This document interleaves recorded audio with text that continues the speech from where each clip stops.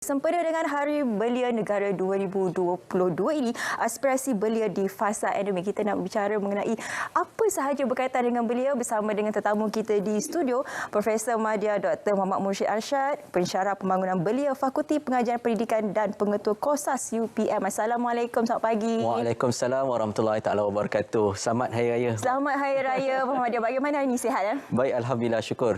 Hari ini walaupun hari Minggu, hari Ahad, tetapi sebenarnya ada satu benda yang istimewa yang kita akan bincangkan hari ini. Betul, mengenai Hari Belia. Hari Belia. Okey, bila kita bercakap dengan Hari Belia, kita nak bercerita mengenai bagaimana mereka akan survive di fasa endemik ini. Tapi sebelum kita masuk ke fasa peralihan endemik, kita cerita sedikit mengenai fasa pandemik baru ini.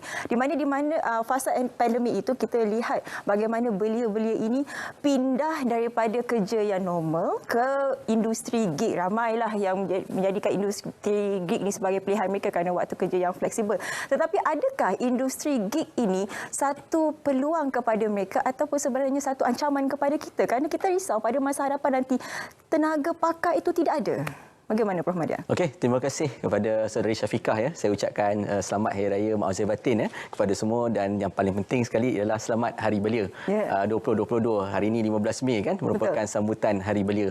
Jadi soalan yang sangat baik sebenarnya Syafiqah bila kita sebut tentang bagaimana peralihan daripada corak bagaimana golongan belia melalui rutin harian, terutamanya mereka yang sedang berada di dalam sektor pendidikan, baik pekerjaan. Jadi mereka terpaksa mengubah segalanya, terpaksa reset untuk mendepani cabaran pandemik COVID-19 yang kita fikir sebenarnya lama tu. 2 tahun ya, 2 tahun ya, kita hampir sama 2 tahun. Jadi sebenarnya memang betul apa yang Syafiqah maksudkan, kerana dia boleh jadi satu peluang tetapi juga boleh menjadi sedikit cabaran pada kita. Tetapi walau bagaimanapun kita tak dapat menafikan bahawa revolusi perindustrian itu telah membangun dari peralihan daripada semua yang menggunakan tenaga fizikal dan sebagainya beralih kepada penggunaan digital sepenuhnya. Jadi ini menunjukkan bahawa terdapat satu kombinasi di antara kepakaran dan juga kemahiran yang diperlukan. Jadi bila kita sebut tentang tenaga mahir ni, saya menarik juga Syafiqah kalau kita tengok dalam era pandemik COVID-19, kita lihat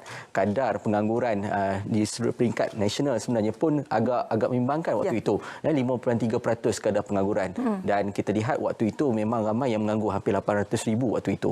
Dan kita lihat juga trend itu semakin baik apabila kerajaan telah melakukan beberapa proses, iaitu fasa untuk kita keluar daripada pandemik tersebut. Dan alhamdulillah semula daripada 1 April lepas, kita 1 Mei yang lepas kita dah beralih sepenuhnya kepada keadaan yang boleh dikatakan sebagai fasa endemik lah.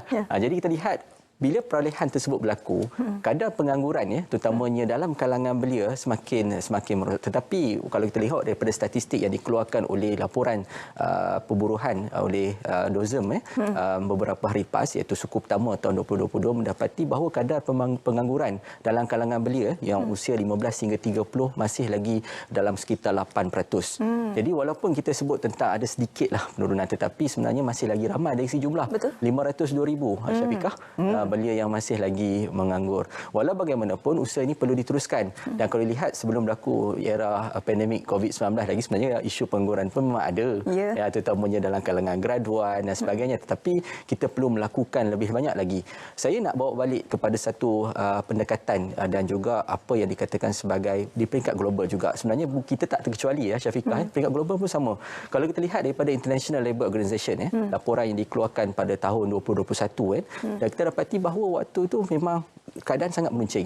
Dan di peringkat global, kadar pengangguran di peringkat global sebenarnya 8.7%, jauh lebih tinggi daripada apa yang kita alami sekarang.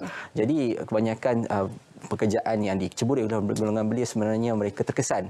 Dan kalau kita lihat di peringkat global sebenarnya impak pengangguran yang berlaku dalam kalangan belia sebenarnya 3 kali ganda daripada impak yang berlaku dalam kalangan orang dewasa sendiri yang berada dalam sektor pekerjaan.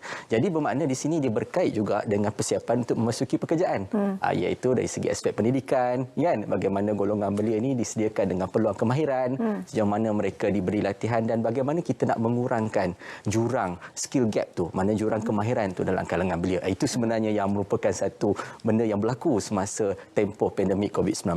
Okey, saya nak mengambil kembali mengenai pengangguran itu. Sebab kalau kita ingat semula di fasa pandemik ketika itu, memang sektor ataupun industri pertanian dan juga pelandangan memang terjejas teruk selain daripada industri pelancongan dan industri kreatif dan juga yang lain-lain. Kenapa? Tenaga buruh kita ketika itu tiada. Pekerja asing memang tak boleh balik lah, yang daripada Indonesia, daripada Bangladesh, daripada Vietnam. Dan ketika itu kita menyedari bahawa sebenarnya kita kekurangan tenaga-tenaga buruh, khususnya dari golongan belia ini sendiri. Bagaimana? Kita asyik membicarakan mengenai kenapa belia tidak mahu masuk ke industri atau bidang 3D ini. Kita selalu membicarakan isu itu, tetapi penyelesaian ini bagaimana sebenarnya? Saya setuju dengan pandangan Syafiqah. Kita pun telah lakukan kajian, beberapa kajian di Universiti Putra Malaysia dan termasuk juga kajian yang kita lakukan bersama-sama dengan Timbalan Naib Chancellor Akademik dan Antarabangsa UPM, Profesor Dr. Ismi. Kita buat kajian dengan Kementerian Bidang Sukan dan kita dapati memang berlaku isu itu.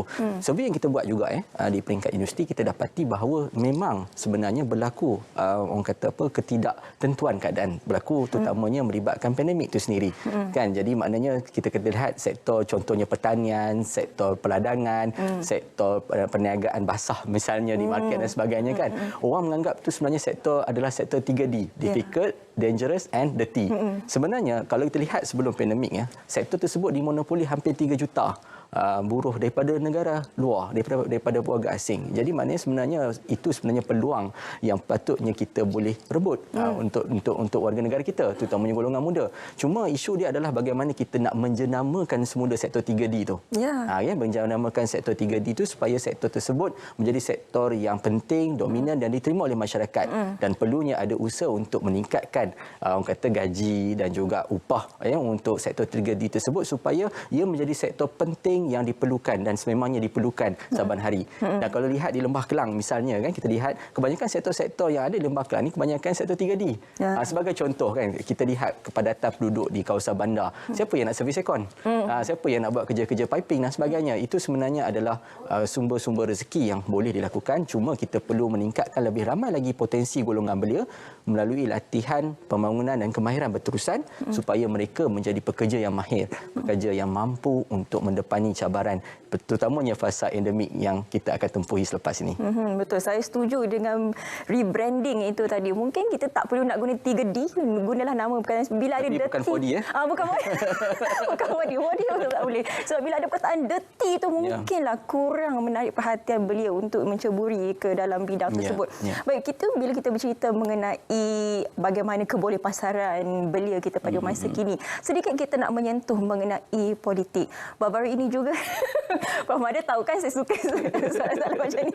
Okey, menyentuh sikit mengenai Undi 18 yang baru dijalankan baru-baru ini. Bagaimana Prof Mada melihat bahawa belia kini boleh menjadi pemimpin pada masa hadapan berdasarkan kalau kita lihat senario yang berlaku di Johor baru ini? Ya, saya setuju dengan Syafiqah. Ini berdasarkan daripada indeks belia Malaysia. Kalau lihat daripada saban tahun indeks ini dilakukan dan yang terkini indeks belia Malaysia tahun 2020 untuk domain sosial politik sebenarnya kalau kita lihat dalam 12 domain berkenaan, domain sosial politik ni domain yang agak membimbangkanlah. Maknanya banyak usaha yang perlu dilakukan untuk menyedarkan golongan belia tentang kepentingan politik. Terutamanya lebih-lebih lagi bila pendaftaran automatik kepada semua pengundi. Jadi semestinya pengundi muda ni secara automatiknya akan menjadi pemilih lah. Jadi kalau kita lihat contoh baru-baru ni di PRN Johor, saya pun sempat ke lapangan bersama pasukan penyelidik kita ke Johor dan beberapa kali kita lihat daripada data kita peroleh terutamanya melibatkan literasi politik dan kalangan belia. Sebenarnya kita perlu lebih banyak lagi usaha-usaha untuk memastikan bahawa kematangan politik berlaku. Tetapi untuk memastikan kematangan politik berlaku, kita kena ada literasi politik. Kena ada program pendidikan, kena ada pendedahan dan ia sebenarnya bermula di peringkat sekolah lagi. Kan? Syafiqah Jadi bila 17 tahun mereka tingkatan 5, kemudian terus tahun depannya mengundi kan. Jadi terkejut orang tu kan, tapi bukan raya terkejutlah bukan raya terkejut. Undi terkejut. Jadi maknanya di sini menunjukkan bahawa usaha itu perlu berterusan. Dan usaha ni sebenarnya Syafiqah kita tahu memang sebenarnya Kementerian Belia dan Sukan ni memainkan peranan yang sangat besarlah untuk membangunkan belia Malaysia, tetapi pada masa yang sama Kementerian Belia dan Sukan ini tidak boleh bekerja sendirian. Dan dia memerlukan sokongan daripada semua pihak. Jadi rakan-rakan strategik daripada kementerian-kementerian menjentas agensi pelaksana termasuk institusi penyidikan dan juga berkaitan dengan practitioner iaitu persatuan-persatuan belia, Majlis Belia Malaysia misalnya. Ini merupakan rakan-rakan strategik yang perlu dilibat sama. Jadi untuk memastikan literasi politik itu terus berlaku, kita perlu lebih memperbanyakkan lagi. Dan saya fikir Syafiqah sudah sampai masanya terutamanya syarikat-syarikat swasta, JLC dan sebagainya menjadikan itu sebagai program untuk CSR mereka. Kan sebagai social corporate responsibility kepada mereka selain daripada program-program bantuan dan sebagainya, tapi menjadikan investment investment ataupun pelaburan kepada pendidikan politik tu menjadi satu agenda yang penting. Macam di UPM kita ada satu unit iaitu dipanggil sebagai advokasi untuk literasi politik di bawah Institut Pengajian Sains Sosial UPM. Itu sebenarnya merupakan satu usaha effort yang dilakukan oleh universiti dan juga saya yakin dan percaya institusi pendidikan yang lain, universiti awam dan sebagainya termasuk dengan pertubuhan-pertubuhan belia, mereka memiliki usaha untuk membangunkan literasi politik, tetapi ia perlu diselaraskan, perlu disinergikan supaya kita dapat bersama-sama membantu. Dan ini waktu yang terbaik dan selari dengan tema Hari Belia tahun ini ya. Sebelum ni dekat anda, sekarang ni hashtag ini masa kita kan. Jadi sebenarnya itu memerlukan masa kita untuk kita melakukannya. Dalam suasana keluarga Malaysia hari ini kan, kita sama-sama nak meningkatkan kestabilan, mengekalkan kestabilan, nak juga untuk mempertahankan keamanan tersebut, untuk memastikan bahawa negara kita berada dalam keadaan yang baik untuk kita menepani fasa endemik ini. Penting untuk kita bersama-sama.